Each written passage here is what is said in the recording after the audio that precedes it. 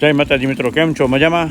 જો આવી ગયા છે આપણે વાડીએ. અત્યારે વરસાદ ઝીણો ઝીણો આવે છે અને મસ્ત વાદળા અને ઠંડો ઠંડો પવન વાય છે.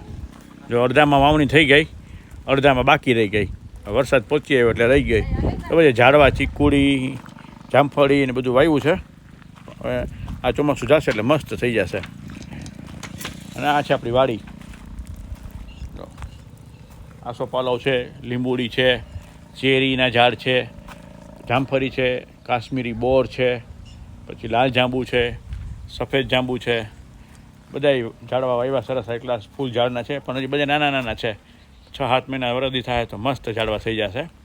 અને વાડીની જો આવી મોજ છે. આમ ચારે બાજુ જો વાતાવરણ જો, વાદળા અને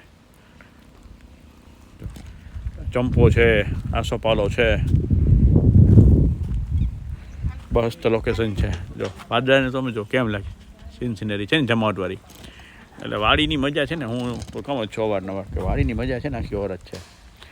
ભૂખ્યા બેઠા રહે ને એવો પવન આવે, જમવાની જરૂર નથી, એટલી સરસ મજા આવે. જો કેવું સરસ વાતાવરણ છે ને. ચાલો તો બા મળીએ પછી આપણે બધાને. જય માતાજી, જય શ્રી કૃષ્ણ.